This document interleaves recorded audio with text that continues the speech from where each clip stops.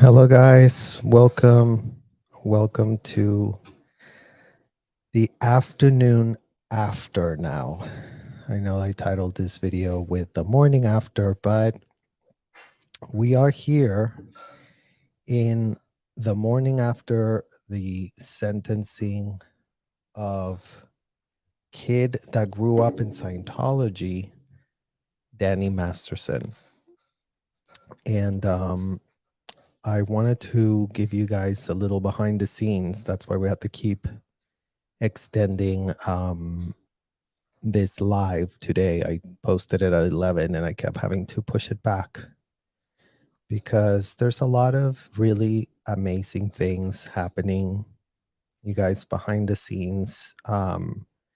Literally ever since yesterday, there's a lot of really good forward motion that is happening. And you guys are actually the guys that are making a difference in this movement because of the amount of time that you have been willing to invest into understanding the reality faced by the Jane Does, the unthinkable reality of what they had to go through in order for two of them to get justice.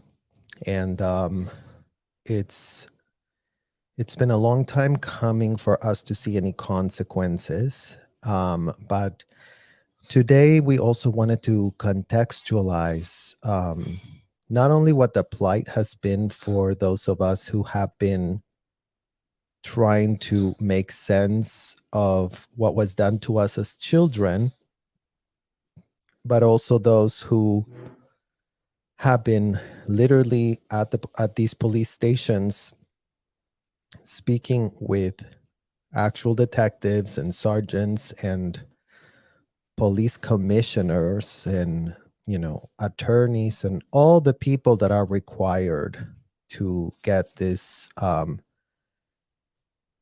flawed system we have in this country to have justice. But it's the system that we have, so we do have to work with the system. And we have seen now actual examples of very real consequences that can be imposed once people are willing to, number one, believe victims, number two, look over the facts that were gone over on the two trials that we got to all witness. So on behalf of all of these people that have been reaching out to me, you guys, behind the scenes, a lot of second generation, a lot of third generation Scientologists that are really coming to grips with the very real effects of betrayal blindness, the very real effects of understanding that once people are under the influence, in this case, under the influence of the rhetoric and memos of a convicted felon, the kids are not safe. So I think that reality is starting to really settle in for a lot of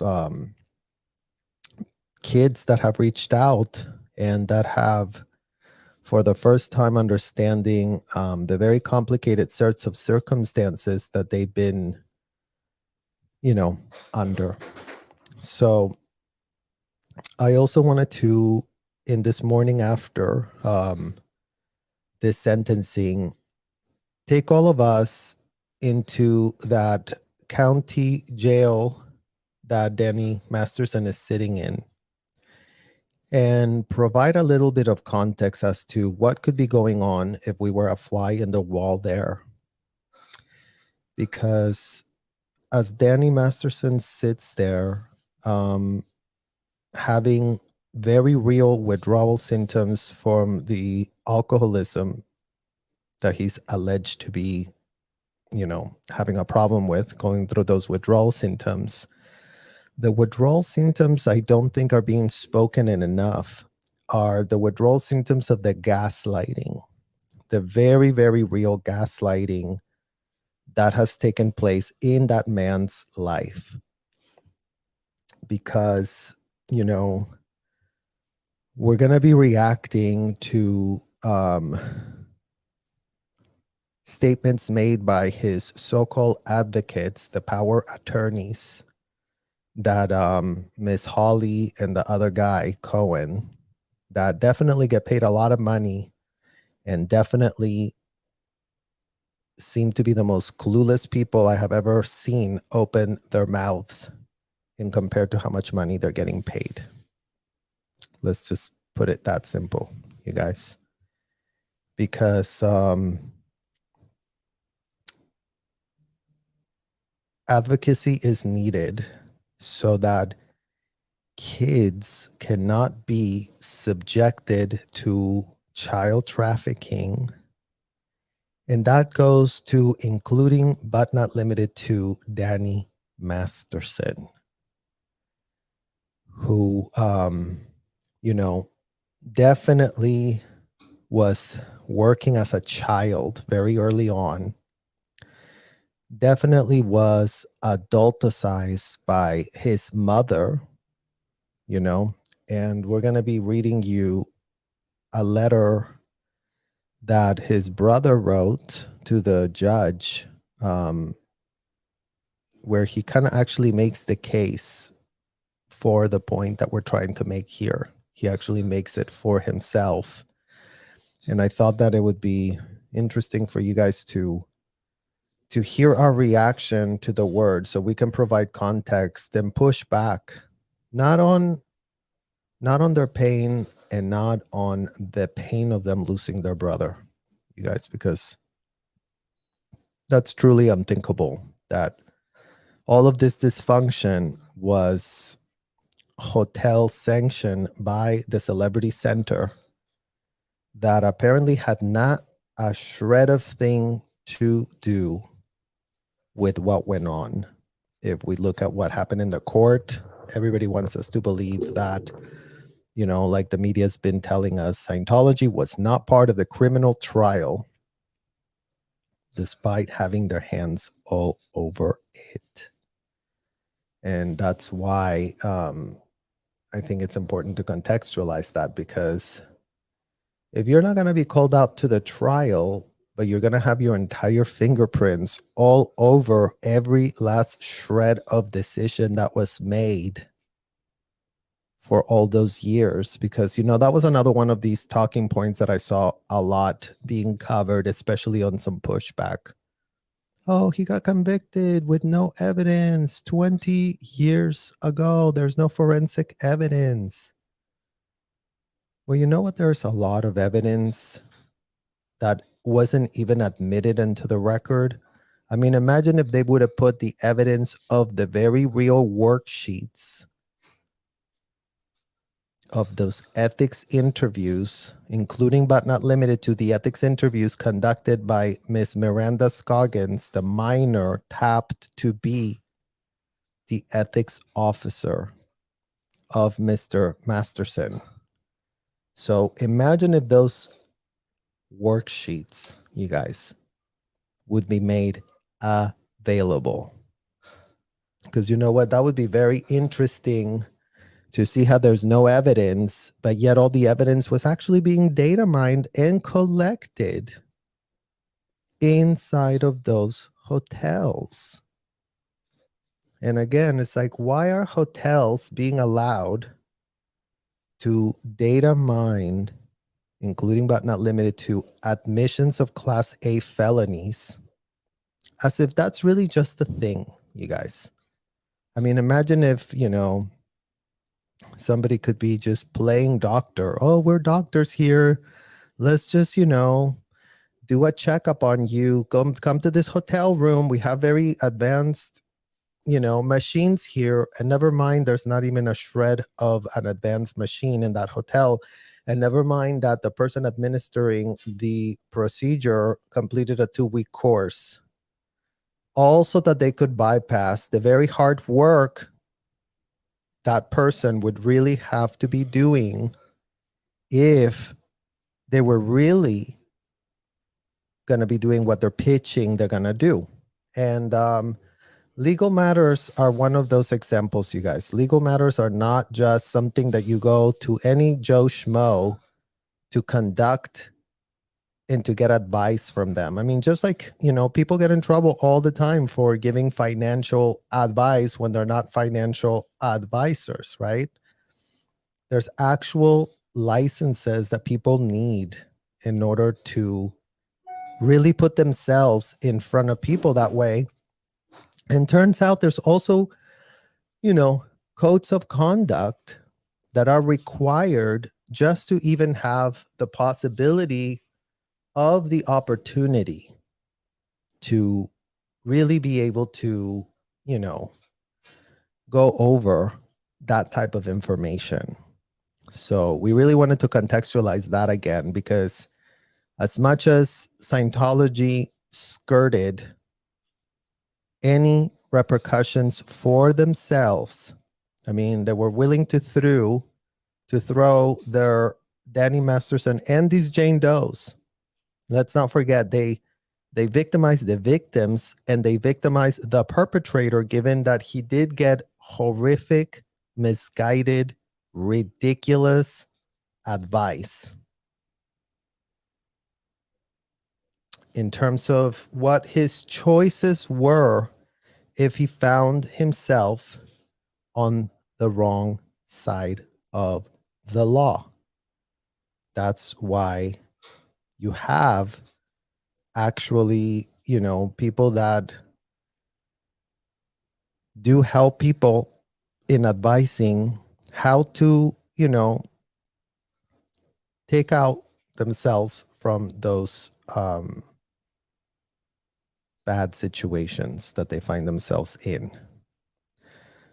So definitely leave any questions you have for me. I'm going to try to chat with you guys and at the same time go over questions. And I wanted to react to this article that Ortega posted about the letters in support of Danny, because I think it's important to contextualize and get into the weeds of some of these things in order to really have a full context and a full picture. Let's see.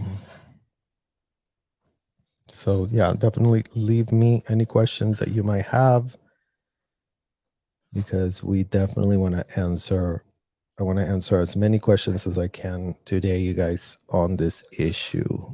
Let me just pull it up. I thought I had it here. Just 1 second.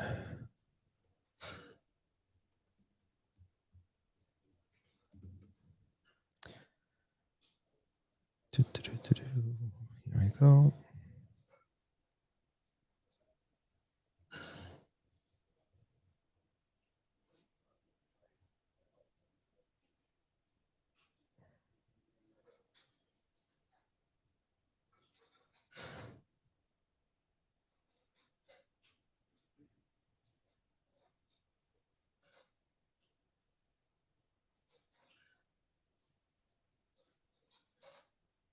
Okay.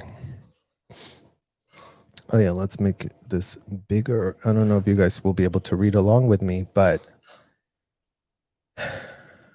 we just wanted to read you what these copies say. And oops, I need to put myself, there we go. Okay, guys, so we wanted to read you these. I am today not gonna even react to Biju's letter, because I don't think we need to go over hers today. I think she can have some time to grieve for herself, and we will just literally skip Biju. But I did find it very interesting to see that Ashton Kutcher definitely came to the rescue. And there's some points that we need to push back on Mr. Kutcher's characterization and context to his letter. Ashton Kutcher, actor, That 70s Show. Honorable Judge Olmedo. My name is Ashton Kutcher. I'm an actor, investor, philanthropist, and most importantly, a father. I met Danny Masterson when I was 20 years old in 1998. He was instantly became a friend, dedicated coworker, and role model to me, and has remained such for 25 years.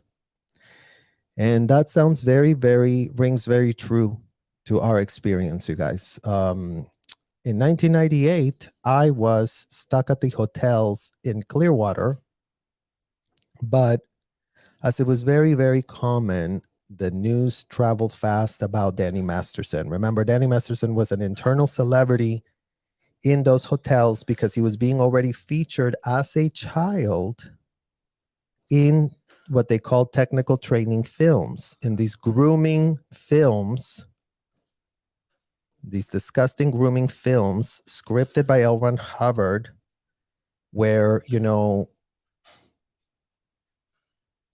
the fact that Scientology operates as a quasi-production company of these films is also extremely troubling, you guys, because they were using two children, in this case, Danny Masterson and Robin Diger Alessandrini, which is a name that, you know, probably doesn't mean to anything to anybody.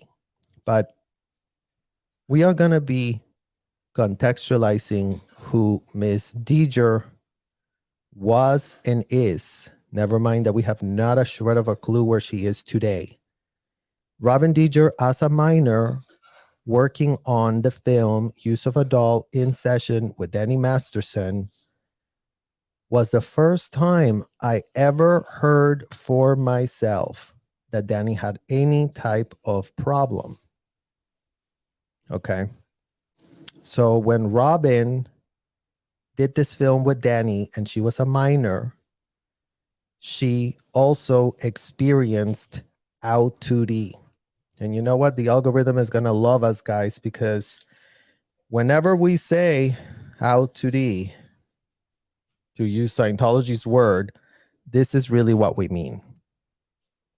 Okay? So just so that we are all very clear. So Robin Alessandrini Diger, star of the film Use of a Doll in Session. So if anybody does not understand why a religion would really take it upon themselves to make a film about using a doll to normalize abominations, you are in luck, because we have that exact same question today. You know, when we were inside those hotels, we thought Danny was the shit. Because, you know, not just anyone was going to be tapped to do the films, right? So we were told to idolize him and to see him as the opinion leader that he was. But unfortunately, Danny had other problems going on when he acted in that film and with his relationship with Miss Alessandrini Diger. So to continue to contextualize what happened the first time I heard that Danny had a problem, never mind that at that time, you guys, I had never in my life met Danny other than seen him on this film.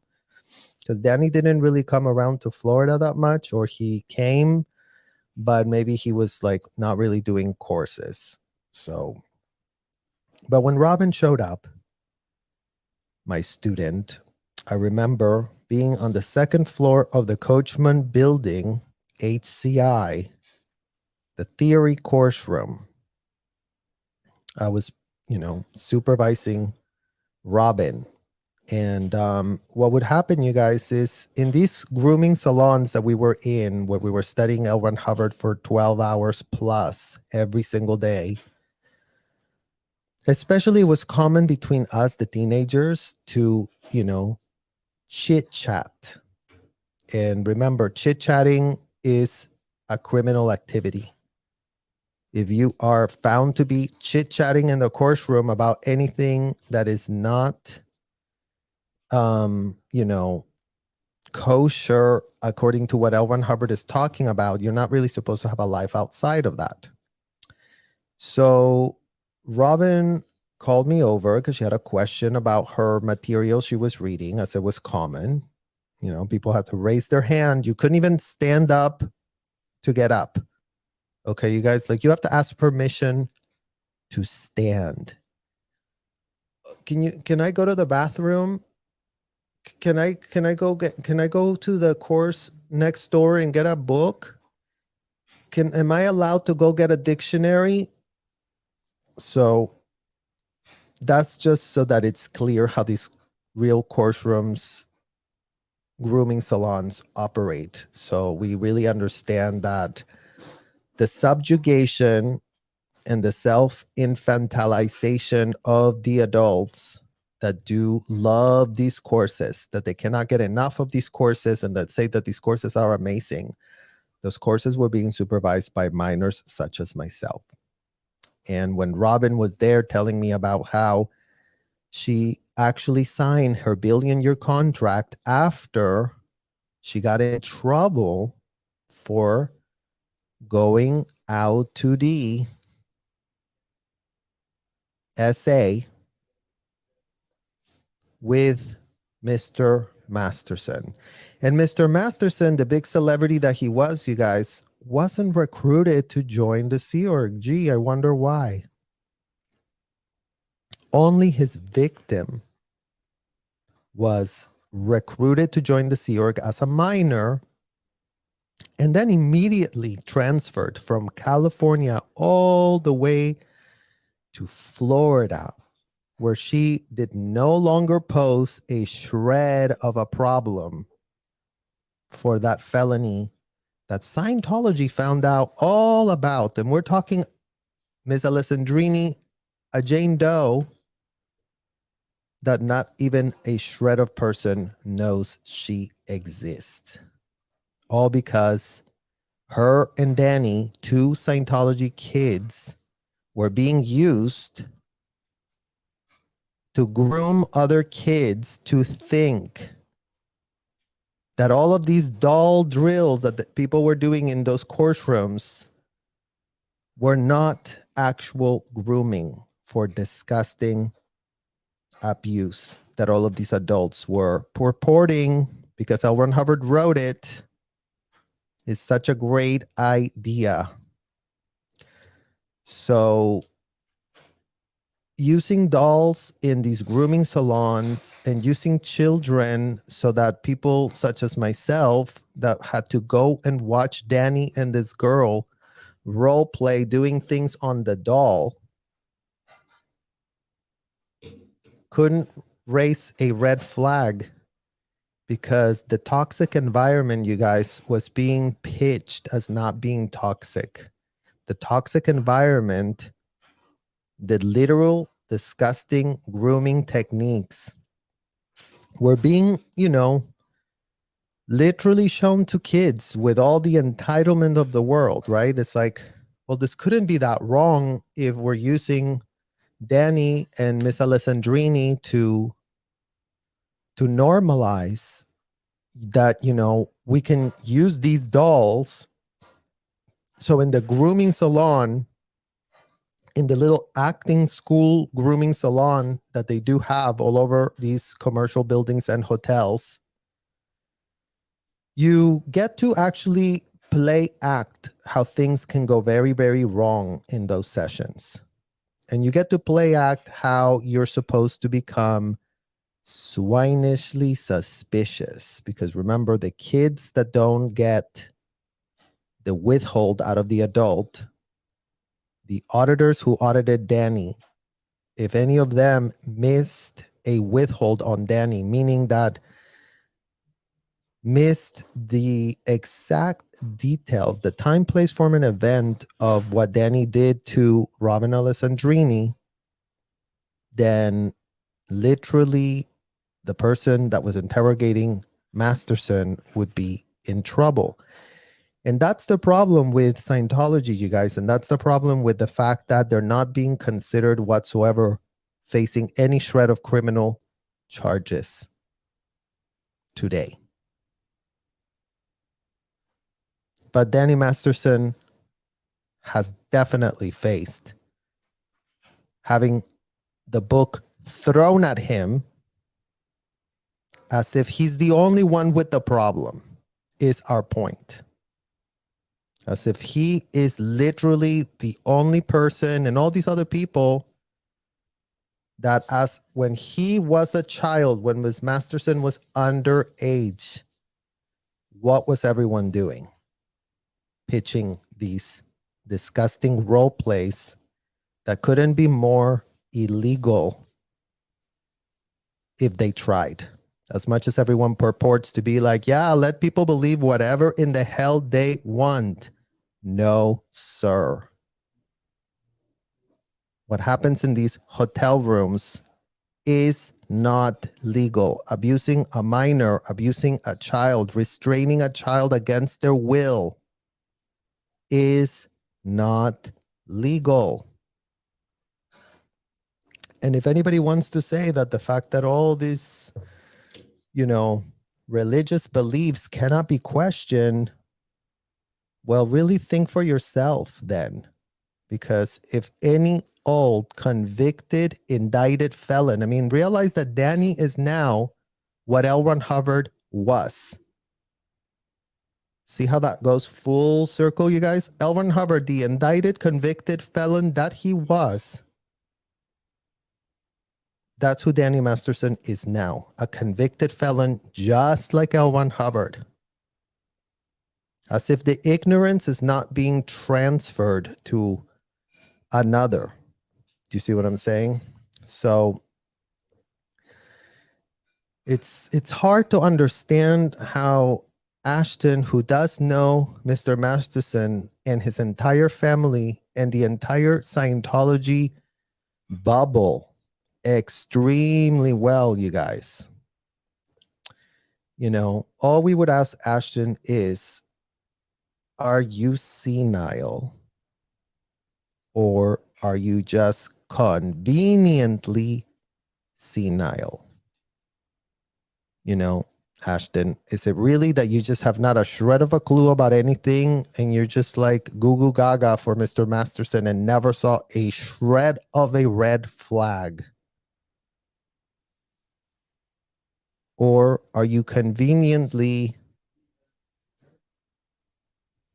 obscuring what you don't want to say so that you can still look, as you want to pitch here, the philanthropist and investor and actor that you are, Ashton Kutcher? Never mind, you guys, that Ashton Kutcher also pitches himself as the child trafficking stopper of the universe. Never mind that Mr. Kutcher's already gone to Congress and said how much he wants to help stop child trafficking. But very much a la Marisol Nichols, Scientology actress Marisol Nichols, that also has a 501c, Marisol Nichols for a slavery-free world. So these two amigos, Ashton and Miss Nichols, go out there yapping about how they want to stop slavery, yet they're endorsing the slavery, the very real slavery happening to kids inside Celebrity Center Hotel, the Manor Hotel. Those kids, it doesn't matter. So that's why it's hard to even understand how Ashton Kutcher's really writing down this letter and, pitching lies as if he has not a clue about anything. We find that extremely hard to believe, Mr. Kutcher. Literally. Okay, Mr. Kutcher continues. Let's see, let's minimize me now. As a friend, Danny has been nothing but a positive influence on me.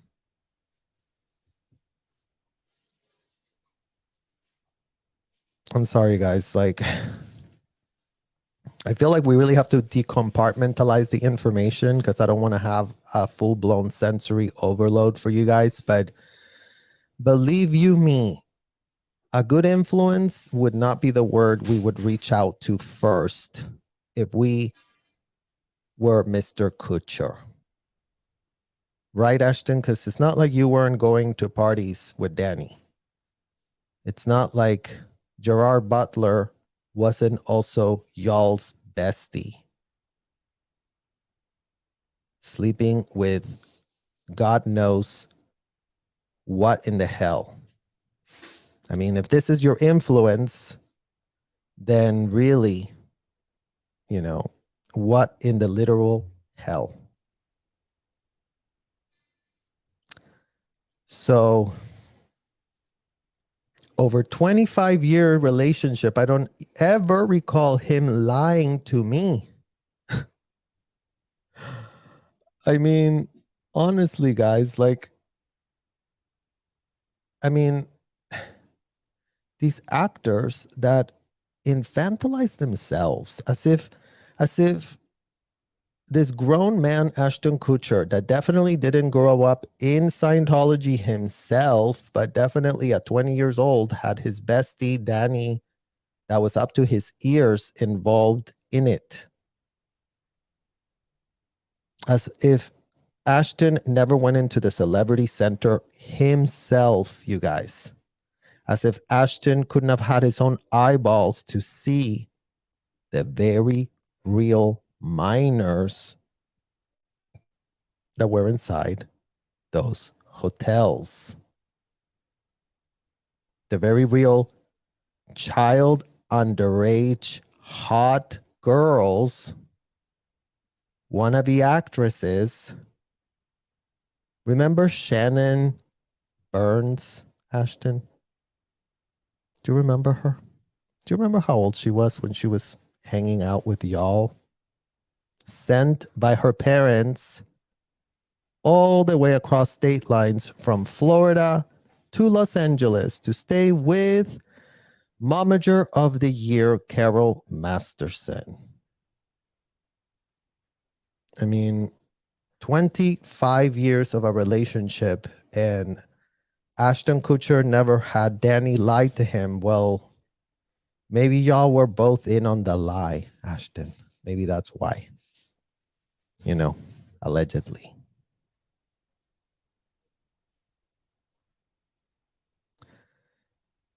He taught me about being direct and confronting issues in life in a relationship head on, resolving them and moving forward.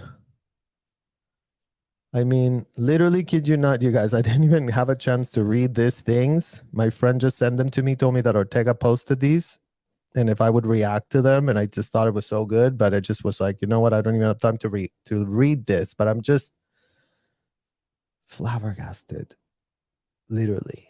Like, he taught me about being direct and confronting issues in life and relationships head on. Well, why haven't you not applied those very big lessons that you had, Ashton, and actually come clean on what it is that you do know and actually help yourself and help your friend, your very dear 25-year of friendship friend that definitely took the entire fall for himself. He didn't implicate his network of friends. He didn't implicate any of the people that ill advise him. He didn't implicate nobody because he's afraid of what? Being a rat? As if this man could just operate on his very own alone, you guys. As if that's even possible, really. If people like this are not being enabled actively, given that they have a huge circle of enablers. These celebrity people, you guys, I mean, I know it's hard to understand how these celebrity dynamics work. Handlers.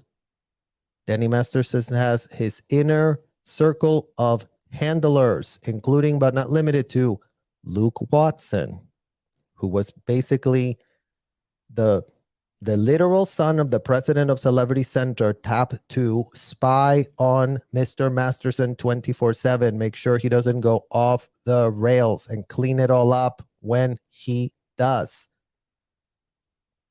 For example, Danny Masterson has a PR person that would clean up his image, that would advise him on how to clean it up. Danny Masterson has an ethics officer at Celebrity Center who tells him how not to go to the police, how not to go to a criminal defense attorney that he should have had when the first time when Mr. Masterson was the youngest and he actually got found out to be doing this. That would have been the time to really have him face reality instead of this infantilized hotel operation from hell. So I don't think that Ashton Kutcher knows how to handle anything directly. And if anything, Ashton, I think you have literally positioned yourself to be this philanthropist of the year, but, very a la Scientology, talking from every literal side of your mouth, according to what's convenient to you, according to when that is convenient for you, according to how you can have people adulate you, because aren't you so cool? Literally. Danny's a person that is consistently there for you when you need him. I mean, literally, you guys, like, really, Ashton? I'm sure Danny was there for you when you needed him. I think that you're making the point that we couldn't even make for ourselves. In one line, you just gave us gold, diamonds, and platinum all at once. Danny is a person that is consistently there for you when you need him. We've traveled around the world together, raised our daughters together, and shared countless family moments. And yeah, that's right, you guys. These people were like chosen family, if you will. Ashton would go to Danny's, mansions. Danny would go to Ashton's mansions. They would all have a jolly all time. And I have not a shred of a clue what these men were doing as parents. So literally, no comment, have not a clue. Never saw them once when they became parents. I only knew these two when they were not parents. I only knew these two when they were superstars of the 70s show that were supposed to be the coolest of the coolest in LA. So that's what we're contextualizing in our experience with you, Ashton, and specifically about Danny. So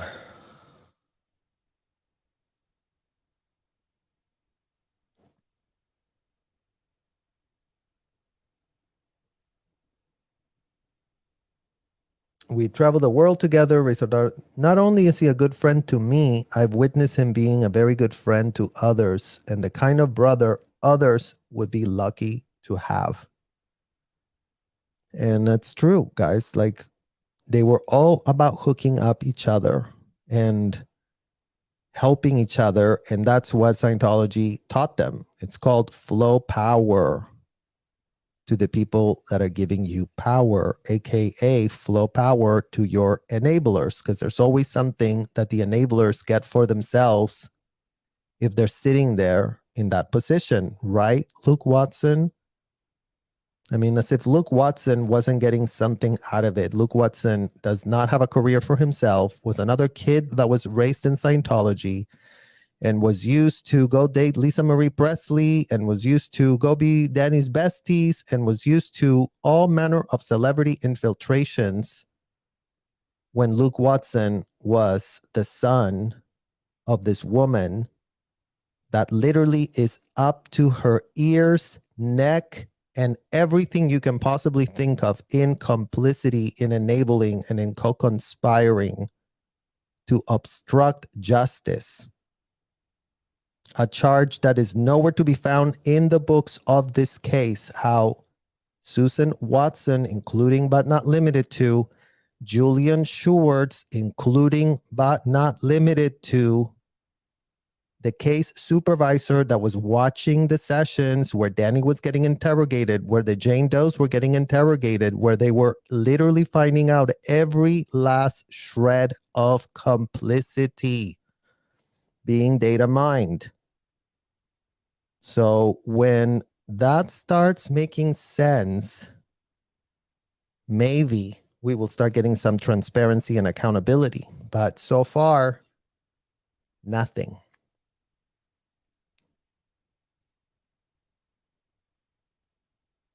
As a role model, I mean, again, Ashton, I mean, realize that this is a letter that Ashton wrote to the sentencing, you guys. So just so we really highlight, underline, and underscore and circle in red 1 billion times, no, scratch that, 1 trillion times over. The cognitive dissonance of these narcissistic elite actors, multimillionaire philanthropists that have shady AF connections and shady AF history of being intimate best friends with this convicted, you know exactly what the hell we mean. So how does that make sense in this year 2023, you guys? How does that make any shred of sense? I attribute to not falling into the typical Hollywood life of drugs directly to Danny. Well, shout out to Hollywood and shout out to Scientology. As if they're not partners in literal crime, right? All these Hollywood elites, all these award winners that really need to go get a certificate of award because they really should be telling the entire country every last shred of platitude, woke garbage that are pretty much just that, empty platitudes on a podium with a certificate next to their hand. Very much a la Scientology, what these people do in those hotels, who go and get certificates for doing nothing and for abusing others, and literally have success stories to tell for being part of those cultures of abusers.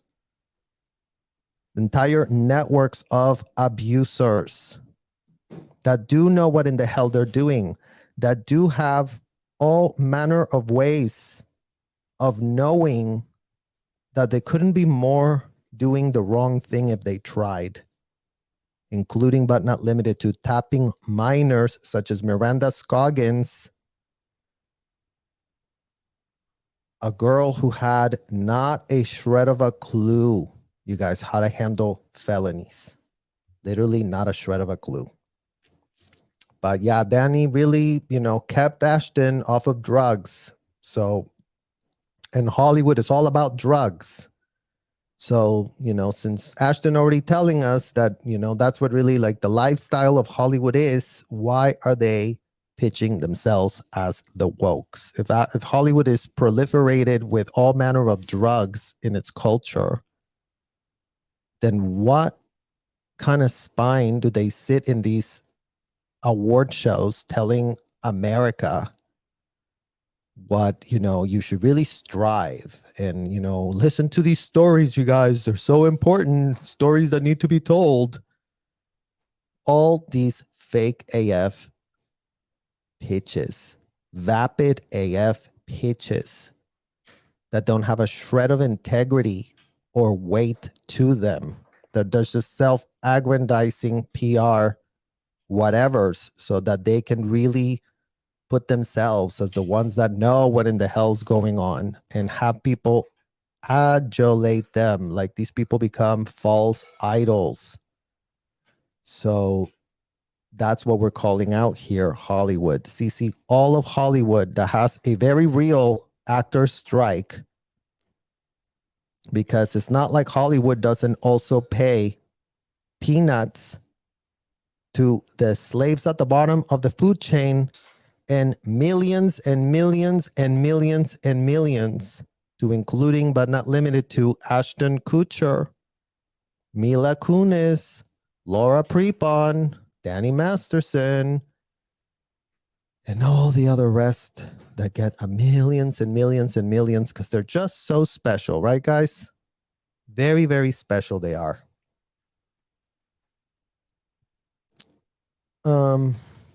It continues. I mean, this just goes on and on and on. For me, he was an anytime that we were to meet someone or interact with someone who was on drugs or did drugs, he made it clear that that wouldn't be a good person to be friends with. And for me, that was an implication that if we were to do drugs, he wouldn't want to be friends with me. Ooh, yes, Ashton. Nothing like, the Say No to Drugs campaign to protect you from making bad adult choices that you could be making for yourself. Nothing like, oh, well, I always say no to drugs, except for when the women literally took the stand and were finally allowed the context of how in the hell they lost consciousness. How in the literal hell, Ashton, do you think a woman just loses consciousness? Do you really think no drugs, that Mr. Masterson was really anti-drugs, or was it just a PR facade that he was putting out? As if a narcissist couldn't say, oh, I'm so not about drugs, you guys, but then literally be found out to be doing the opposite of that behind closed doors. Ashton Kutcher, you, Mr. Kutcher, are not a literal kid. Stop being infantile. Stop pitching BS about, if somebody says drugs are bad, then they're great. They're a great moral compass, someone that you should really be following the example. Well, maybe you have similar withholds of your own, Ashton Kutcher. If you were really following that example, maybe you have done the same things that Mr. Masterson is accused of. And maybe no one has filed charges on you. Maybe.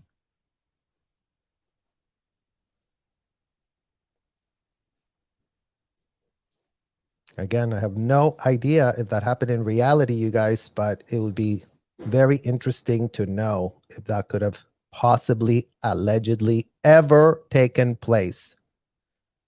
Literally. I'm grateful to him for that positive peer pressure. Whew. I mean,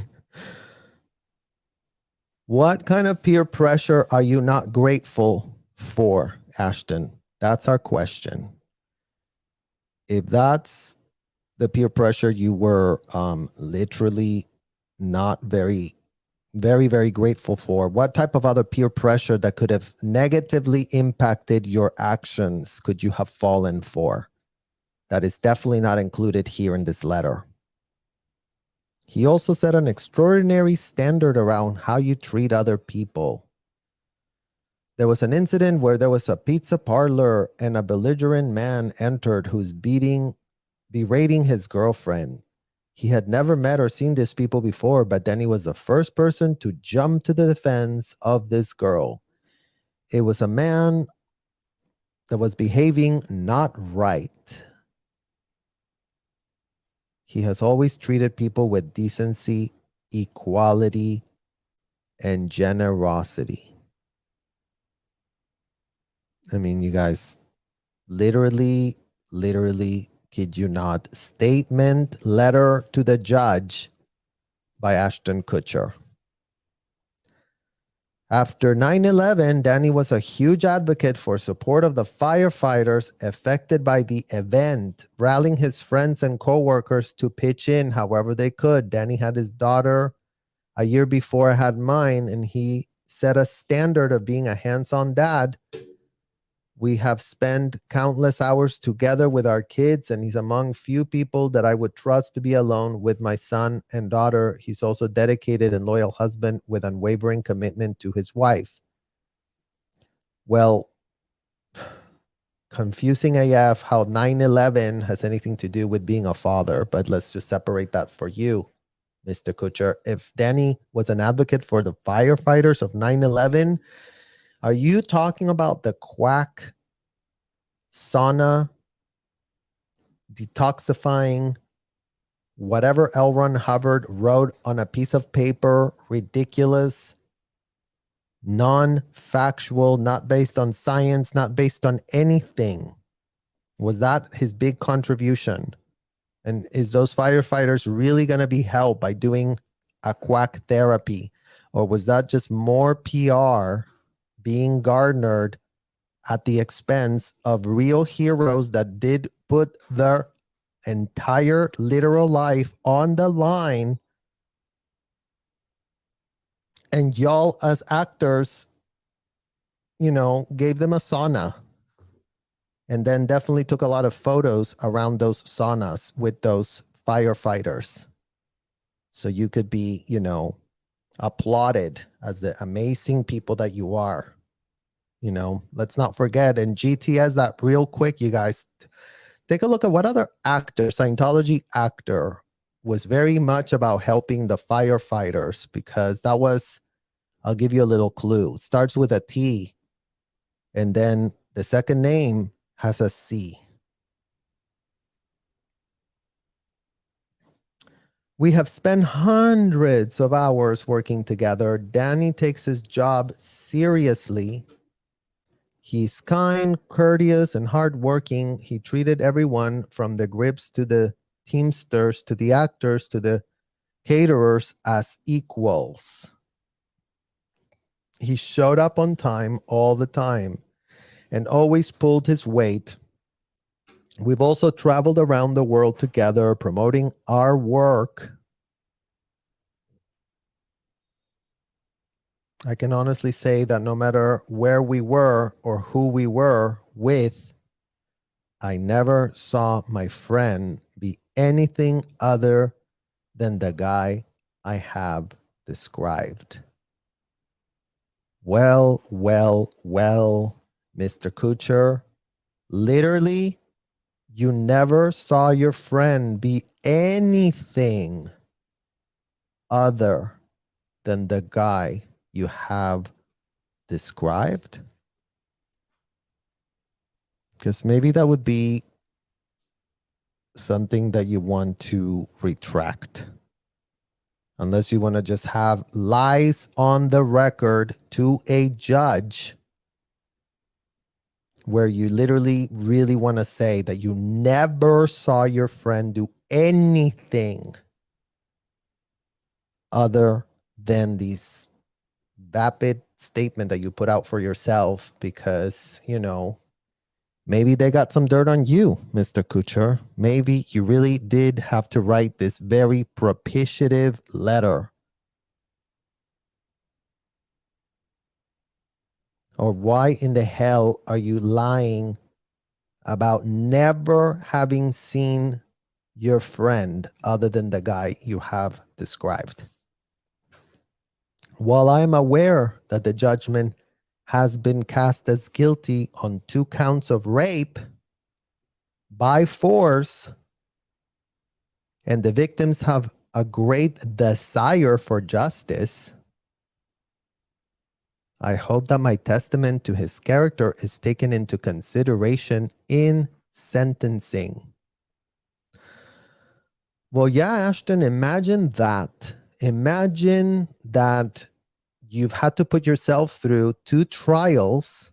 You have to be told that you are trying to create problems. You have to be told that you have to be interrogated because, you're the one that created these rapes to happen. And you literally put it on yourself to say that that that they have a great desire for justice. Well, since you are a father of a daughter, Ashton Kutcher, tell me how you would feel if these Jane Does became your daughter. And tell me if you could still take it upon yourself to write that victims have a great desire for justice. I mean, again, you guys, all this BS about how you would really put yourself through this disgusting, dysfunctional, ridiculous, try to get some justice for yourself, whatever system that we have here in America, this legal system that re-traumatizes a victim over and over ad nauseum. Never mind that us as victims have to do that, because if we don't do it, who wins?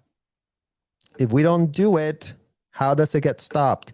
If we show that no woman will ever be believed, then what in the hell is going to happen when that happens to other girls? What type of message are we sending?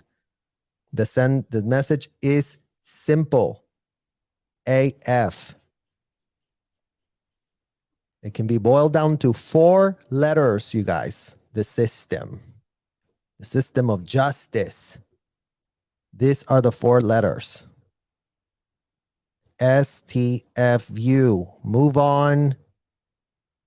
Don't complain and just do this, because this is going to be very effective, because this is going to make us not have to do any heavy lifting, because who literally cares if anything happened to you? Move on. He's a celebrity. Come on. Whatever. Next. What else can we talk about in America? Because we don't give an F about protecting women's rights, even including but not limited to Mr. Kutcher, who told us how much he cares about his daughter, and with the same face tells us how, that he's very aware of the 2 guilty counts of rape by force.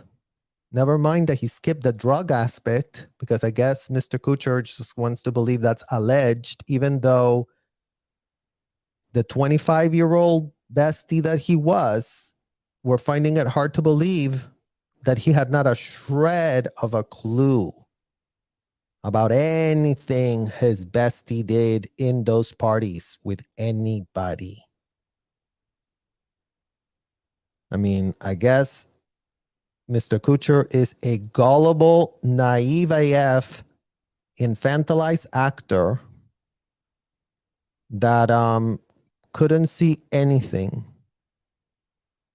Because otherwise, Ashton, you're saying that these women invented it all, made it all up, put themselves through this disgusting, horrific trauma, because what are they getting out of it exactly?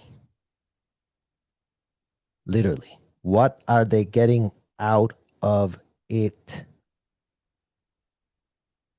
So your entitlement could not be any more highlighted. Your white privilege could not be any more put all over the record if you hadn't even written the statement for yourself in defense of a friend that, again, with what type of infantile viewpoint are you looking at the facts and at yourself, Ashton? Because that's what we want to ask you, to grab a mirror and put it to your face. And don't point it at your friend. Point it at you. Point it about what you know.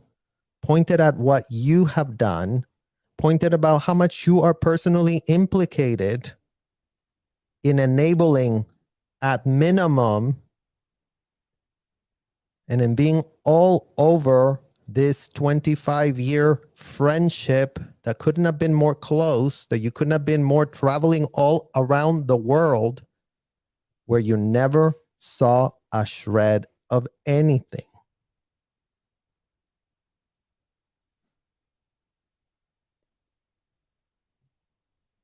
Literally.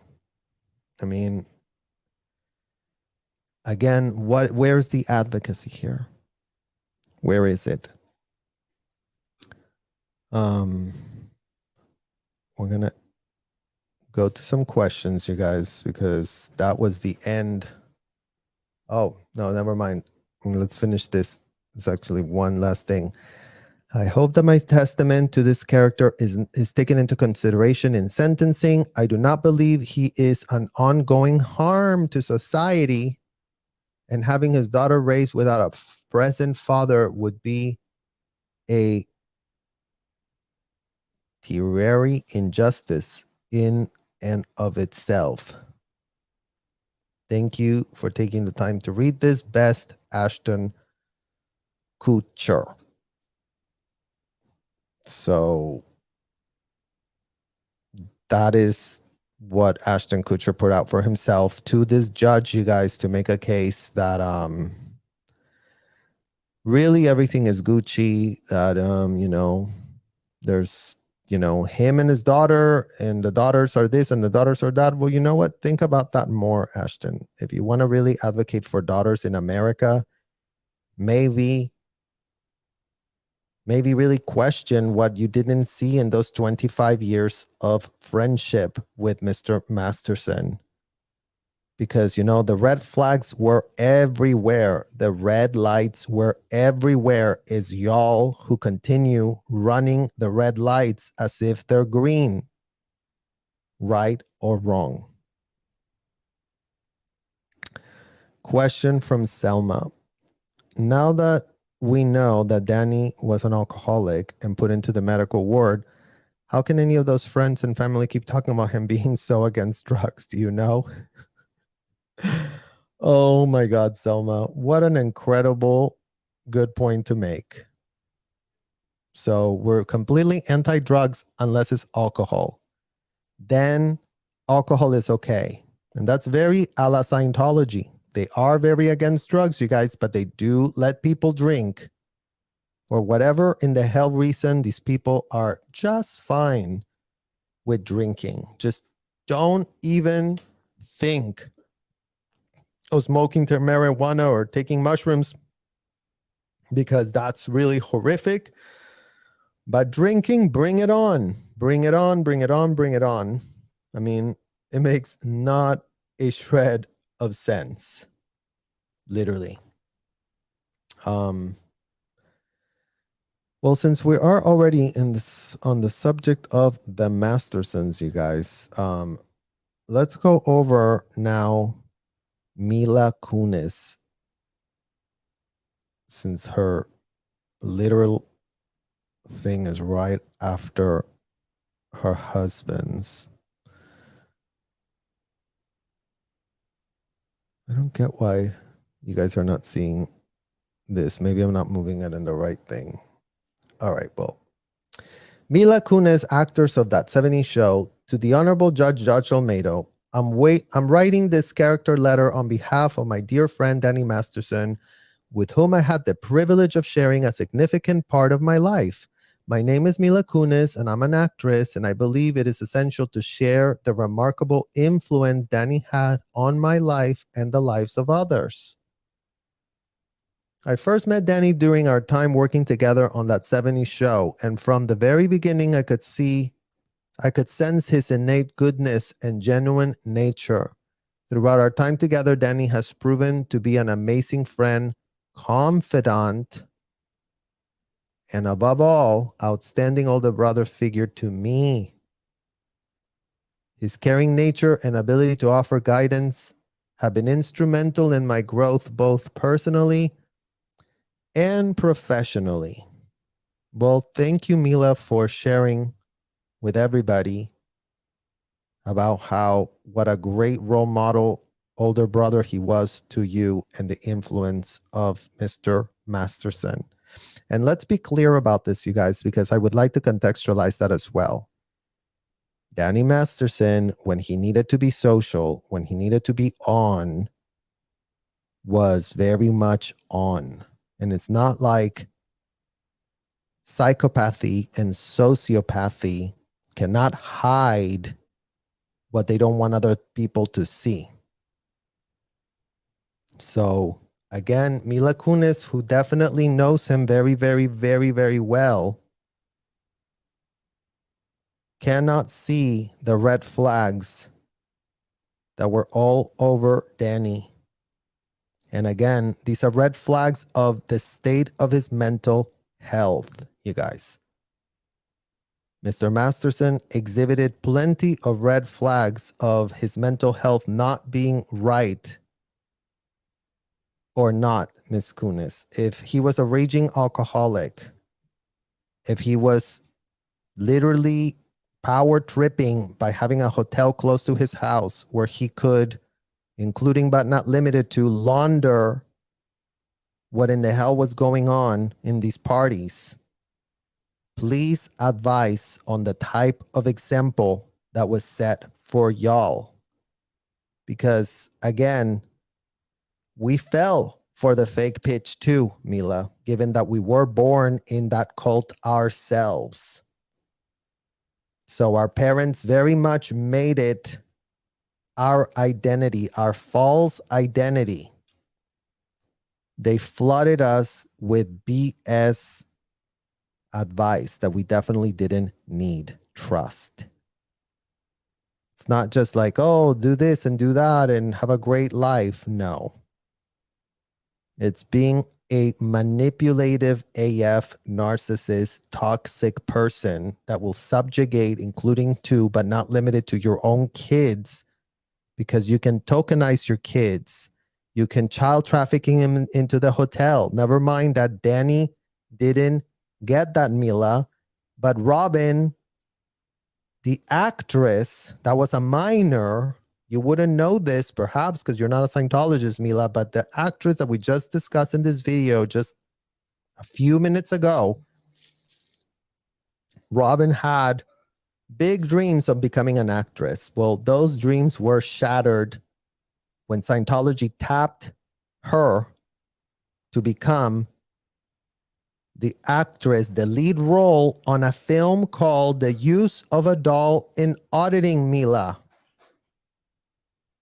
So when you as a mother can really pitch why you would allow for anyone to be around somebody that would be using dolls to purport that they're doing drills, made up scenarios. This is not for reals, you guys, but just drill it so that when it does happen in the for reals, then you'll know exactly what to do.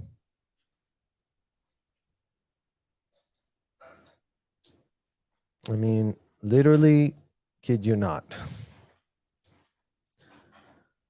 One of the most remarkable aspects of Danny's character is his unwavering commitment to discouraging the use of drugs. Oh my literal God, you guys. With what intellect and straight face, Mila, can you also say what you just said about the drugs being the really thing that just made you so aware that, and it's not like Danny wasn't that, you guys, because in the hotel, they definitely created this paranoia about drugs. L. Ron Hubbard, the drug taker that he was himself, didn't want his minions to have a shred of access to drugs because, you know, drugs could open the mind of those minions. If people did smoke weed, maybe they would read L. Ron Hubbard and be like, what in the literal BS is this? L. Ron Hubbard wanted them under his influence, not another influence.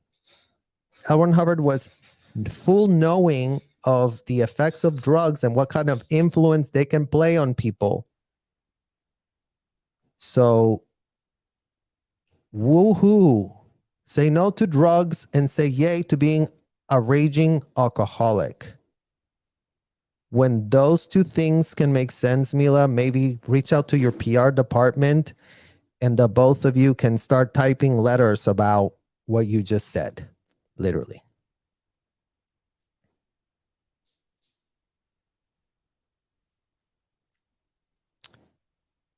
He's His influence on me in this regard has been invaluable in an industry where the pressures and temptations of substance use can be overwhelming.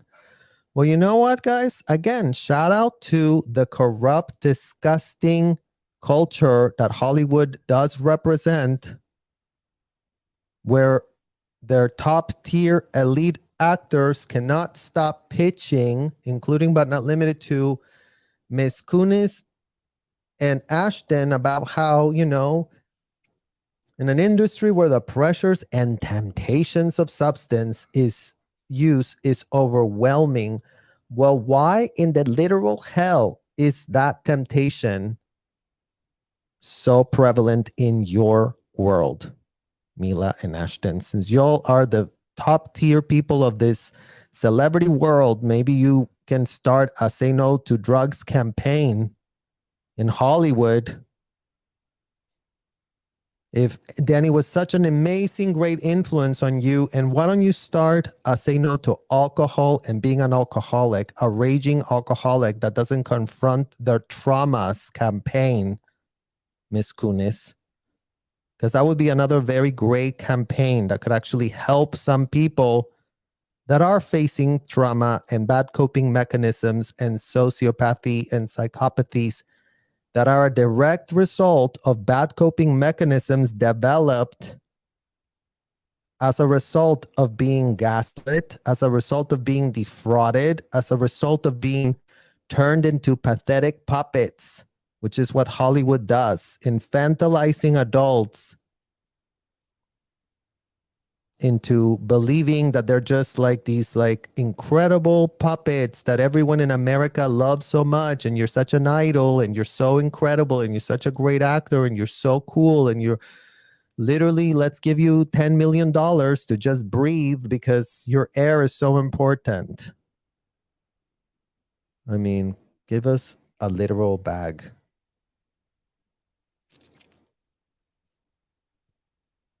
Danny's steadfastness in promoting a drug-free lifestyle has been a guiding light in my journey throughout the entertainment world and has helped me prioritize my well-being and focus on making responsible choices.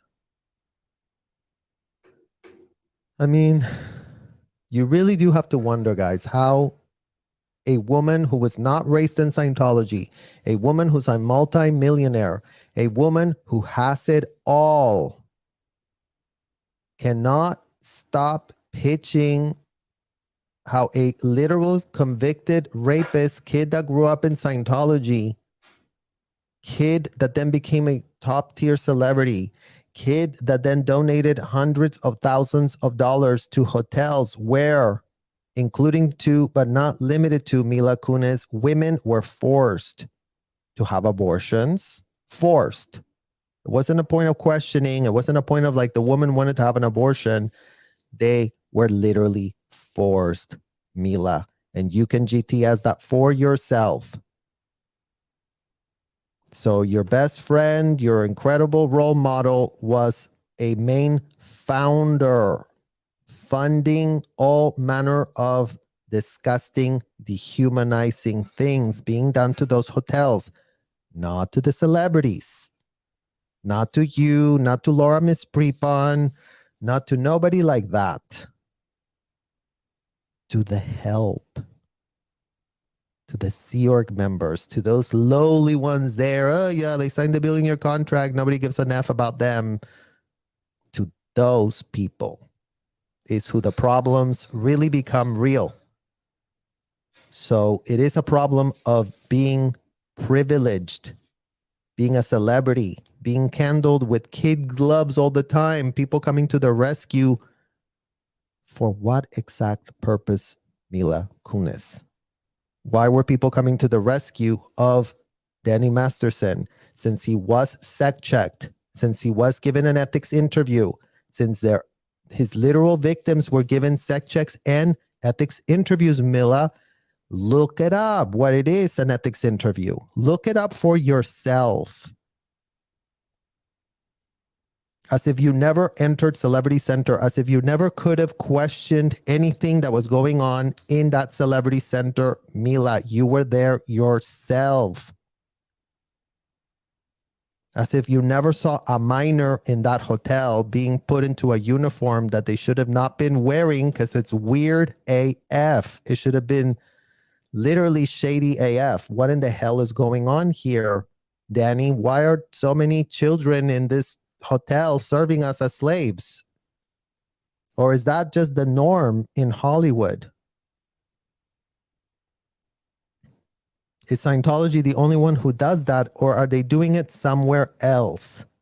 Is that what y'all seem to be so unfazed by everything y'all got a front row seat to see when Danny definitely invited you to Celebrity Center, you guys? Because again, don't forget, Laura Prepon of the 70s show did bite.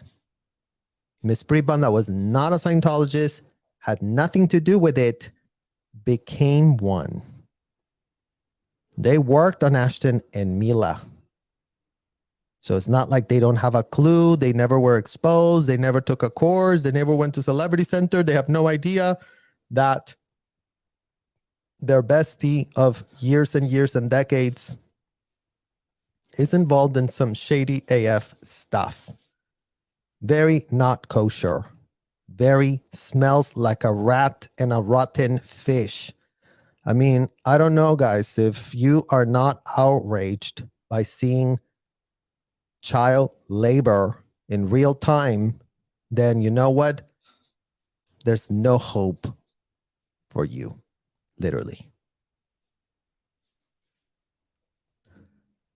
Danny's role as a husband and a father to his daughters has been nothing short of extraordinary. Witnessing his interactions with his daughter has been heartwarming and enlightening. He prioritizes his family, education, and happiness above all else.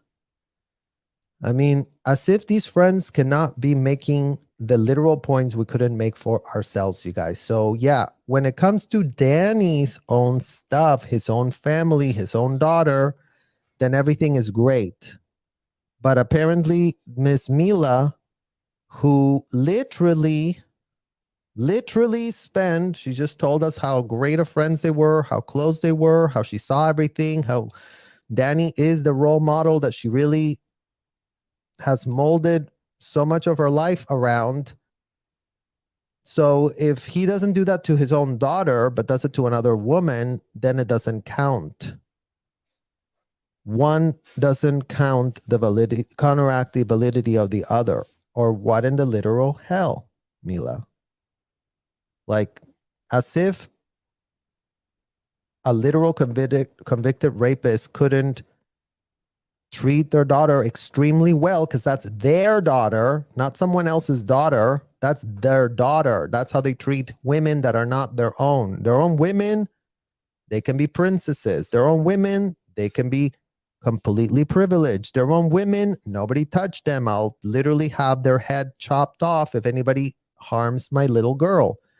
But the problem is what Mr. Masterson took it upon himself to do to other men's girls. The ones that were not his own. The ones that do get lured in to go to his parties that he was throwing for himself in those houses. Come to my jacuzzi. Let's go to the jacuzzi. Oh, have this drink. Drink this drink. And, you know, the drug-free pitch that you all keep reaching for, as if that's really going to do anything for anybody, as if drugs really are the problem here. The problem, Mila, in case you don't know, is called bad coping mechanisms, because your best friend that you spend so much time close to, pretending he was a perfect role model for y'all, had horrendously developed coping mechanisms, dangerous, bad coping mechanisms for himself that he did reach for, self-destructive, not only to him, but to others. He got off on it. He had a hotel that cleaned it up for him. Things were looking up. Things were looking great for Mr. Masterson. And for every last shred of hotel paying member that has taken it upon themselves to go to Celebrity Center or the Clearwater location, the Fort Harrison Hotel, to go get their laundries.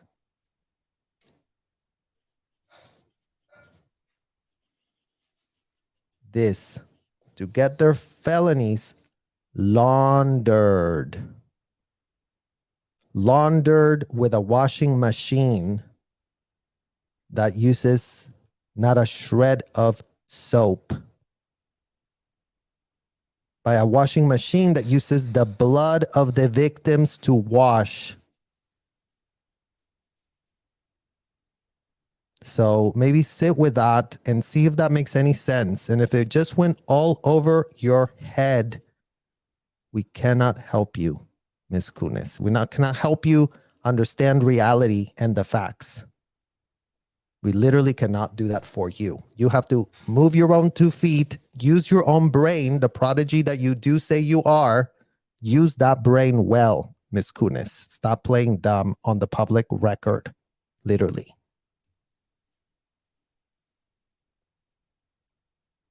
As a father, he leads by example, instilling her values that reflect integrity, compassion, and respect for others.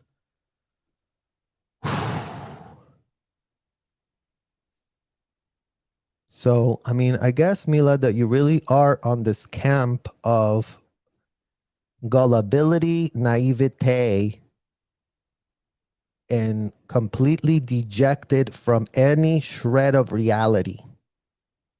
In what world can you show us an example of hundreds and thousands of women that have been helped by the courts by really giving us guilty verdicts for rapes at scale? Because y'all are acting like that just happens all the time and everyone that's found guilty isn't. Because it's really that easy for a rape victim to see a shred of justice, right or wrong. I mean, how else can you still be playing dumb after everything has been said and done? Literally. Or, I mean, I guess going to the point of, well, it didn't happen to me. Yeah, it didn't happen to you, Mila, because you're Mila Kunis. You're Mila Kunis. Why would it happen to you? It happened to these girls that were not Mila Kunises. It happened to these girls that were not top tier celebrity, whatever. They were on their way. They wanted to. They had aspirations. They wanted to. They thought they were going to get somewhere. So just so you understand who gets targeted, Mila, in case you still don't understand how any woman could possibly suffer this fate, because apparently that's the kind of side you seem to be on. There is not a shred of feminist side in your head going on from the statement, the very real statement that you did right here for yourself to Judge Olmedo, no less. I mean, you're writing an official statement to a court. Perjury should be in your mind. Never mind that no one's going to hold you for perjury for writing a statement. But, you know, everybody's got the right to be stupid, you guys. But some people just abuse it. And that's what we're calling out here. Yes, you can be a little naive. Yeah, you can be a little bit like, oh, I don't know what in the hell is going on a little bit. But, you know, if you abuse that right of stupidity too much, then I'm sorry. Like, you're not going to not get called out for publicly abusing your right to play dumb as if, you know, nothing else matters because you, Mila Kunis, didn't see anything. Then we should all really bow down, because if it didn't happen to you, then it couldn't have happened to anyone else. And your entitlement and your celebrity status had not a shred of clue of why Mr. Masterson would have not targeted you, the co-star that you were of his. I mean, come on.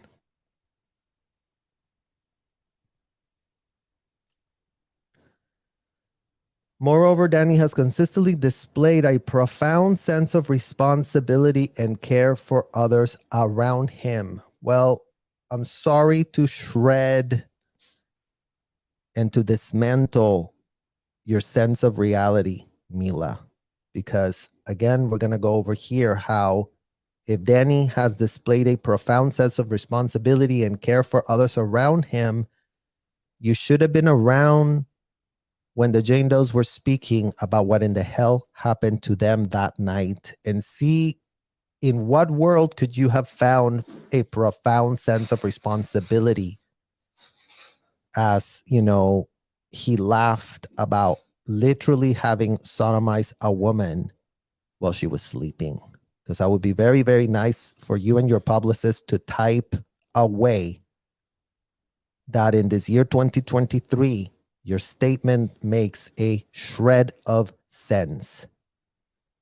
He demonstrates grace and empathy in every situation, be it within the entertainment industry and in our personal lives.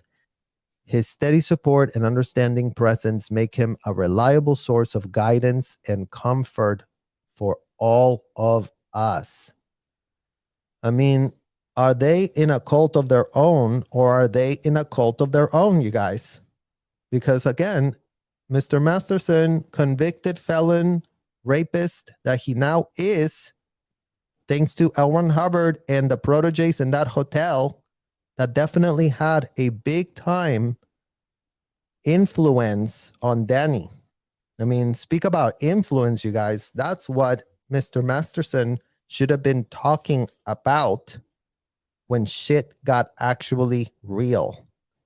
When he did face those felony counts, and when he was facing the entire book being thrown at him, given that so many women were coming out with, me too, me too, me too, me too, me too, me too, with the same goddamn story. And if you didn't know about Robin Alessandrini before, Mila, because, I had not really specifically voiced what I personally knew as a child, never mind that I found out as a minor that this happened. But again, Mila, we didn't call it this. Just in those hotels, we weren't calling it that. We were calling it this. In case you never heard it, I mean, you were around a lot of Scientologists, so Miss Mila Kunis, I'm sure, knows a lot of terms, you guys. Well, Mila, did you ever hear this term? This one here? That is literally OUT, the number 2, and then the D. So this is what gets called in the hotel when they find out that people have broken the law. So when you, Mila Kunis, can explain to us that, it would be great to hear what in the hell you want to say for yourself about out to these.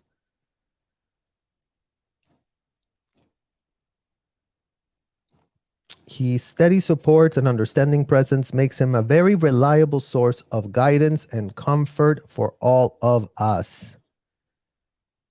Danny Masterson's warmth, humor, and positive outlook on life has been a driving force in shaping my character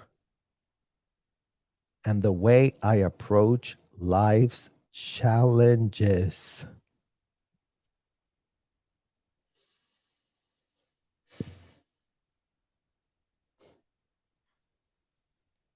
I mean, again, you guys, I have no words, because if Mila really wants to tap Danny about this, then it's just literally, I have no words. No literal words.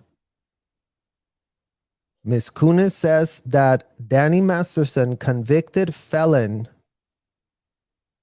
on 2 counts of rape and numerous other women that didn't get that justice, that didn't get that conviction on what happened to them, because that was not able to be proved, because they're still respecting Mr. Masterson's right to remain innocent until proven guilty.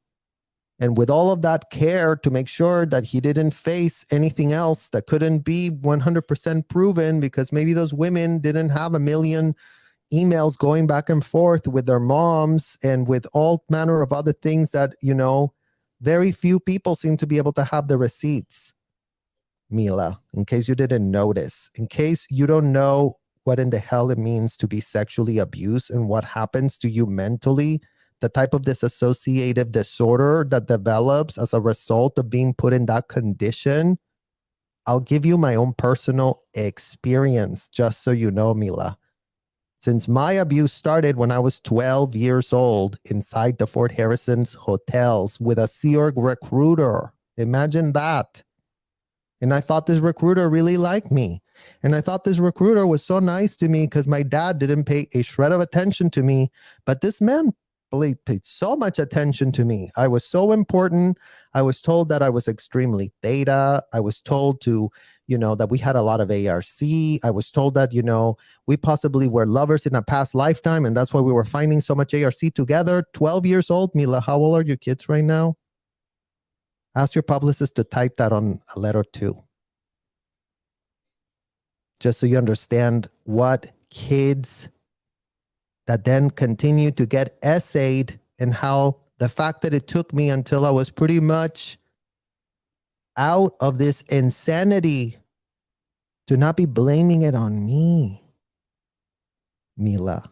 We were told in those hotels to, including and not limited to whatsoever, if we went out to the, that meant this, that meant us.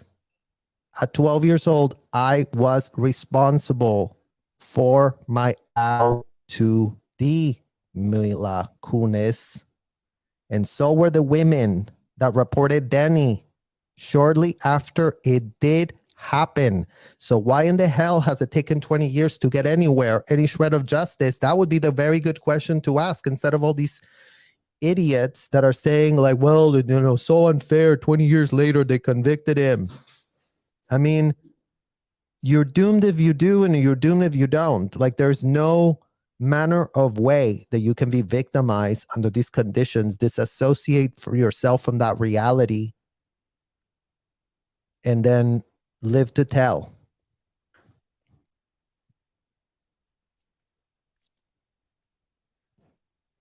His unwavering commitment to being an exceptional older brother figure to me. Oh, we said that. In conclusion, I wholeheartedly. Oh, sorry. His unwavering commitment to being an exceptional older brother figure to me has had a transformative impact on my life, instilling in me a sense of self-belief and encouraged me to aim for greatness, but all the while maintaining a sense of humility.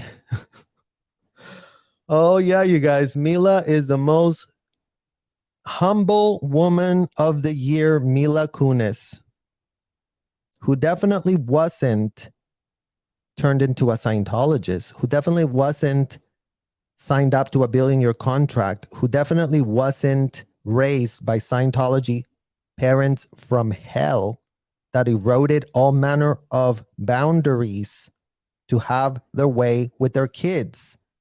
I mean, she can't stop telling us what a great, amazing father Danny is. Well, if Danny is that a gracing father that he is today, guys, then that means that Danny would have had to do this with all of L. Ron Hubbard's advices. Because guess what? If Danny didn't do this with the L. Ron Hubbard advices, if Danny took any of his parenting skills from Mother of the Year, Carol Masterson, Houston, we have a big MF problem AF. I hope to God Danny has not done any ethics handlings on his own daughter, Mila. I hope to God Danny has not subjected his own child to audits. I hope to God Danny has not taken it upon himself to be doing courses on his daughter or to be pitching any of the disgusting felon indicted memos of L. Ron Hubbard on his kid. I hope to God that Danny distanced himself so much from that BS that he wasn't out there doing that. Because if the opposite is what's true, if Danny remained a very, very, very devoted gong-ho protege of L. Ron Hubbard and read all about how to be a great Scientology parent and took all of what Carol Masterson did on him on his own daughter, yeah.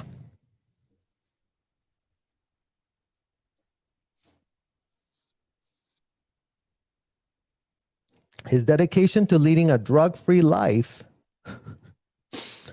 Okay, you guys, again with the a drug-free life and an alcohol-full life. So again, Mila, when we really understand how we got here, having an alcohol-free life, a drug-free life and an alcohol-filled life, since Danny was a drinker. I mean, you guys, we went to Teddy's. Danny was drinking. He had a party. Danny was drinking. He was DJing. Danny was drinking. He was drinking, and drinking. But he was very against drugs. Very important to remember that. Because, you know, say no to drugs and say yes to being a raging alcoholic is what literally made him a role model and a friend to Miss Kunis. So we do have to wonder what type of modeling your own life today after this big role model of yours, Mila Kunis. What type of real advice are you really, actually, literally taking? Please feel free to reach out if you require any further information or clarification. Well, thank God for that, Mila. Thank you for letting us know that we could reach out, because we have a ton of clarification that we need. In fact, we had not a shred of clarification after the sentencing, and we only need to have all this disgusting dysfunction that you just regurgitated and pitched and put on the public record for Miss Olmedo to see if you could really sway her to go easy on your role model. And that's why all of this is being aired out, you guys, because again, as much as Danny Masterson sits behind a jail cell and has a 30-year prison sentence to life, was he really all alone? Did he act as a lone wolf? Was he so shady and so stealthy that all of these things that he has been now convicted of having done have taken place, with all of these people being so shocked that any of this could be possible? I mean, he was so anti-drugs, but the women told us what happened to them after they went into those jacuzzis. And yeah, Mila, it wasn't like he was saying, take this pill, take this drug. He was spiking the drinks. You couldn't see the drug. That's how they do it.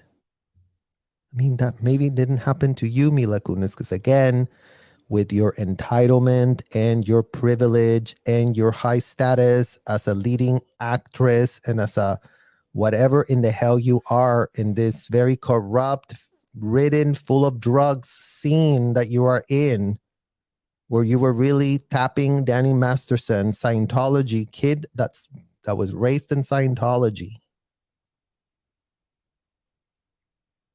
Because I'll tell you from our end, Mila, yes, when we were Scientologists ourselves, we were purporting that we knew what in the hell we were doing, and we couldn't have been more clueless. We couldn't have been more misinformed. We couldn't have been more defrauded. We couldn't have been more not being ourselves, because we were told to think like a convicted felon, L. Ron Hubbard, that was being pitched as a religious American-bred god. So that might be too much for your brain to process all at once. But guess what? We don't give an F.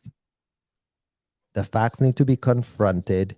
Your complicity and your links need to be confronted. Because there's a lot more friends of Danny that are nowhere to be found today. A lot of Scientology colleagues of Danny, Mila, that also help themselves to the little sec checks done at CC to launder their own felonies, to tap kids such as myself, such as the kids that I trained, given that I was the supervisor of all these kids at the literally Debbie Cook's Hall and Debbie Cook's Hotel over in Clearwater. That's where they would send them to get trained.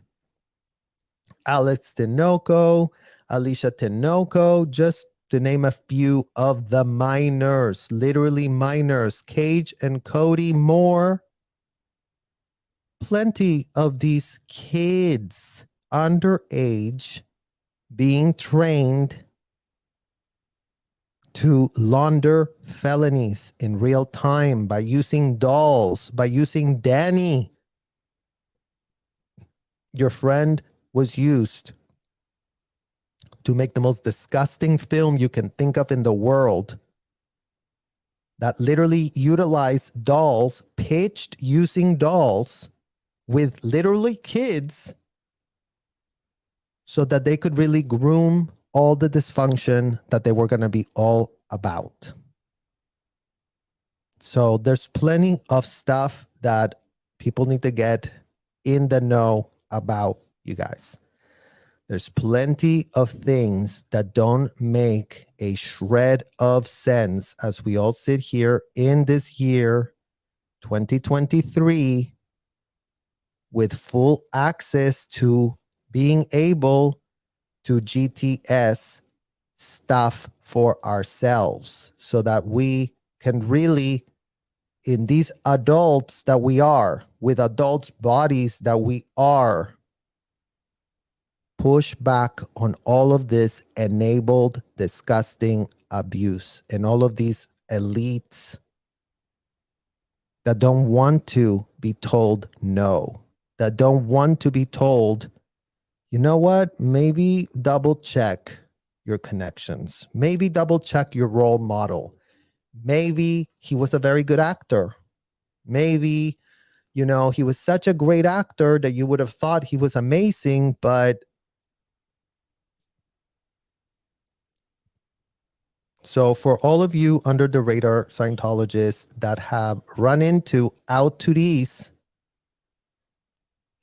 know that neither Celebrity Center, the hotel that you went to clear yourself of an L2D, or Flag, if you went there at the Clearwater Hotel to get cleared of your L2D, if you tap David Pettit or Debbie Cook to help you with your self-admitted Class A felonies, we would suggest that you better go check with a criminal defense attorney, because the day will come where you will be questioned and implicated, since everything is in those goddamn folders that you'll have of yourselves in those hotels where you're building a case against yourself.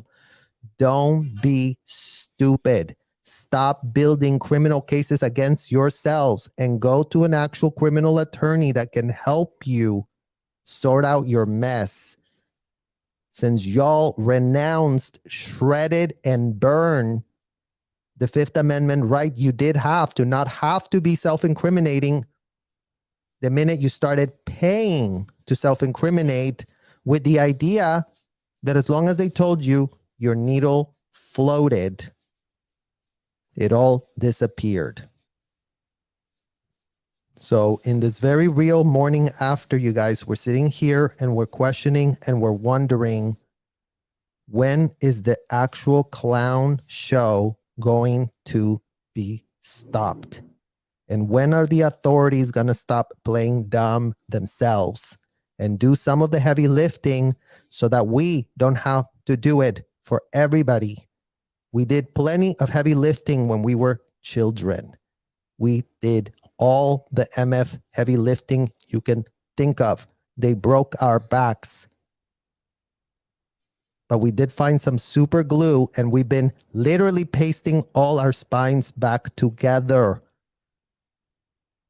But we are sick of being surrounded by people that play dumb very well, by people that want to be very offended for being called out when they write horrific statements that make not a shred of sense other than implicating themselves in the corruption, other than writing a million reasons why their entitled experience as top elite Hollywood actors that they are, that have never experienced anyone doing anything wrong to them. Well, you know what? Some of us weren't elite actors.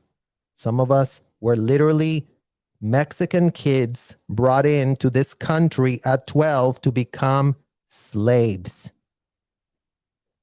So when you, Mila Kunis, can really start contextualizing that,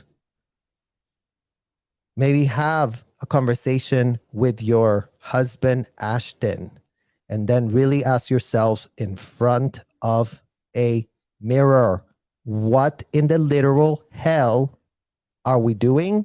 What in the literal hell have we both done? Because I think that's where we are today, you guys. We need to start asking for real accountability and transparency to happen.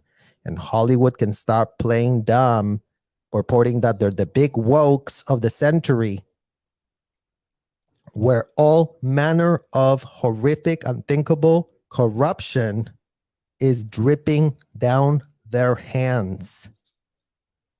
So yes, all of you Hollywood corrupt people, if you are going to be sitting there spouting that you are the wokes and the ones that everyone should be listening to, stop doing heavy lifting and stop acting. We're sick of y'all's acting. We're not impressed by somebody that appears in a screen. Maybe that worked for many, many decades before, but in this year 2023, we couldn't be more revolted with what we're seeing. And we couldn't be more revolted by all the corporate media pitches that we've gotten about how amazing you are, Ashton, and how amazing you are, Mila. Literally, especially after just reading this letter, where both you and Mila, who are tech wizards of the century, right, guys? So you know what? Add this to your tech wizardy that you both are, since you both claim to be all about technology. Let me make an app to stop child trafficking. Start GTSing, Ashton. Start GTSing, Mila.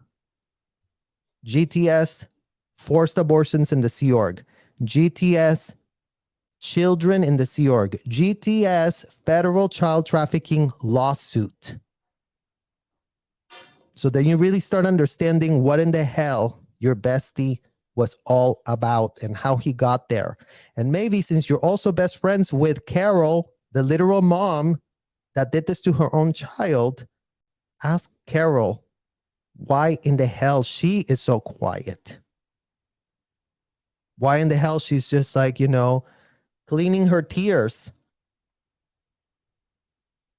and ready to receive another award of Mother of the Year, Carol Masterson, Momager of the Year, of the literal child trafficking year, that is. Because enough is literally enough. Kids cannot consent, Ashton. Kids cannot consent, Mila. Now that you're both parents, you both should know that.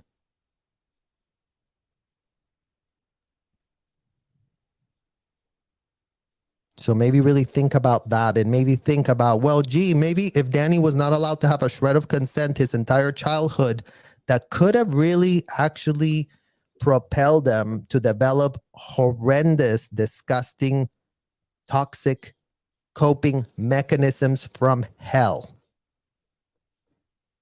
being told his whole entire life, you're so wonderful, you're so amazing, Danny, you're so this, you're so that, you're so... Meanwhile, he was just getting exploited. Meanwhile, his mom was finding out everything about his sexuality because these Scientology parents took it all upon themselves to meddle, to erode all common sense boundaries were nowhere to be found. So Google child development and Google sexual child development. So you really ask yourselves in a mirror if exposing Danny Masterson to everything sexual and being told that he's an adult in a small body couldn't have contributed to the outcome that we do have today. Maybe, possibly, maybe that could happen. So we're going to continue to push back on all of these things, you guys, because again, you know, enough is enough. And as we sit here today in this year 2023, kids are still actively recruited and parented. The parents are the problems. The parents are the ones that expose you to the scourge of the L. Ron Hubbard memos. The parents are the ones that tell you how amazing it is all going to be for you. And given that that is a very present problem that is happening as we speak, maybe now that we have the philanthropist and, you know, tech genius of the year, Ashton Kutcher, and his wife listening, being forced to listen if they get enough peer pressure to actually go in a different direction, right, Ashton? Because you were peer pressured by Danny to not do drugs.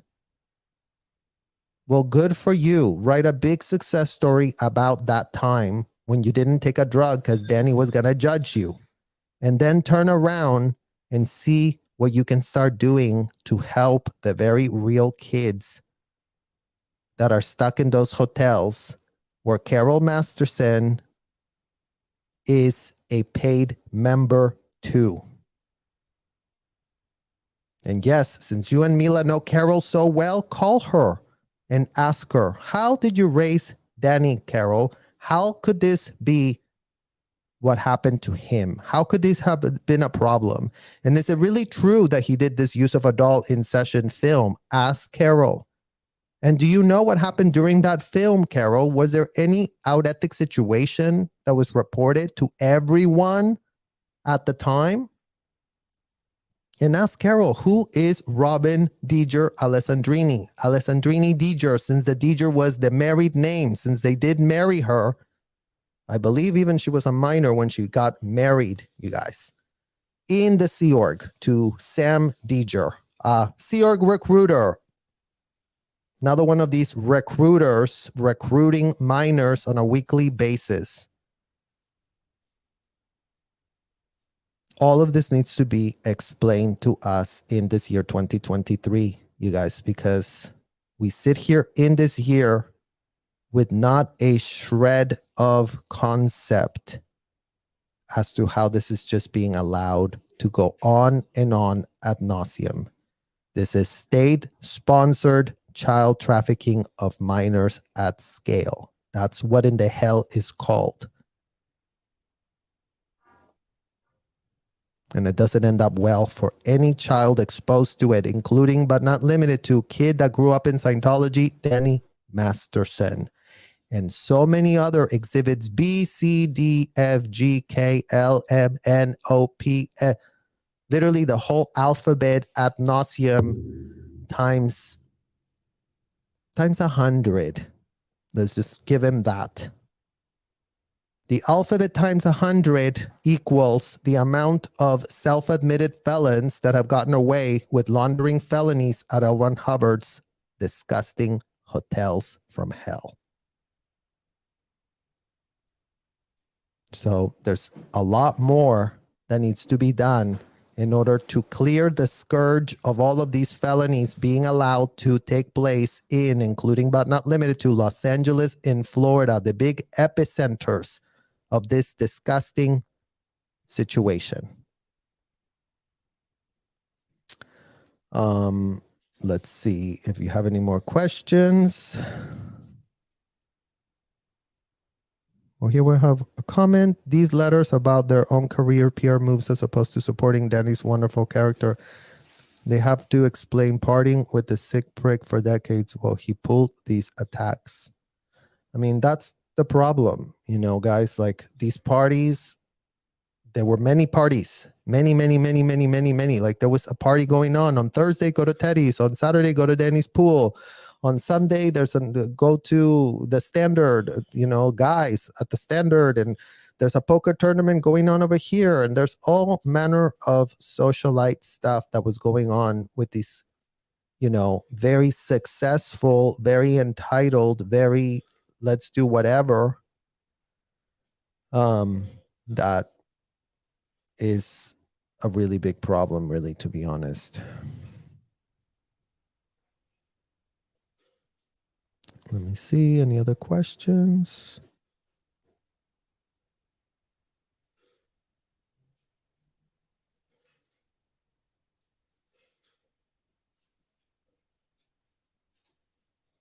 Yeah. I think that's it for the questions for today, you guys. Well, we're going to be reacting to the other letters that were sent to Miss Olmedo. And we're going to continue to expose all manner of other situations that have to do with this situation. More kids that were exposed to parties, more kids that know this family very intimately, that have reached out ever since this verdict came out. Because, I mean, again, it's not like all of dysfunction has not been something that we somehow got exposed to as a result of having the horrendous faith of being born in Scientology, those of us who have that horrific faith. But you know what? As long as they don't continue to pretend that every old child chose for themselves to be born an adult in a small body, then we're going to get somewhere. So I thank you all so much for watching. We're going to continue discussing something. I have more things that I'm going to be working and sharing with you guys. So I will see you all extremely soon. Love you all. Bye-bye.